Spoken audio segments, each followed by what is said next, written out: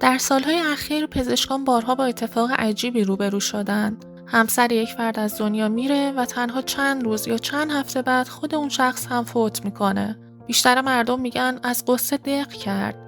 اما آیا این فقط یه باور قدیمیه یا واقعا ممکنه غم جان یک انسان رو بگیره؟ پاسخ عجیبتر از چیزیه که فکر میکنید. تحقیقات نشون داده که بعد از مرگ همسر احتمال مرگ فرد بازمانده به ویژه در 3 ماه اول به شکل چشمگیری افزایش پیدا میکنه و دانشمندان اسم این پدیده رو اثر بیوگی گذاشتن. اما چرا؟ مگه احساسات هم میتونن بدن رو از کار بندازن؟ واقعیت اینه که مغز بین درد جسمی و درد عاطفی اونقدرها هم تفاوتی قائل نمیشه. وقتی یه شوک احساسی شدید رو تجربه میکنید بدن وارد وضعیت اضطراری میشه. استرس بالا میره، خواب به هم میریزه، اشتها از بین میره و تمام بدن تحت فشار قرار میگیره. اما گاهی این فشار فقط به روحیه آسیب نمیزنه بلکه مستقیما قلب رو هدف قرار میگیره. پزشکان این وضعیت رو سندروم قلب شکسته مینامند. در چنین شرایطی هجوم ناگهانی هورمون‌های استرس باعث میشه قلب برای مدتی نتونه مثل همیشه کار کنه.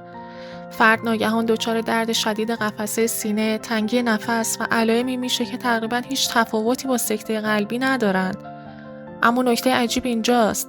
قلب واقعا سکته نکرده، بلکه برای لحظاتی زیر فشار احساسات شدید از عملکرد طبیعی خودش خارج شده. و شاید عجیب‌ترین بخش ماجرا این باشه که همیشه غم باعث این اتفاق نمیشه. گاهی شادی باور نکردنی هم میتونه همین واکنش رو در بدن ایجاد کنه. برای قلب گاهی شدت احساس مهمتر از خوب یا بد بودن اونه.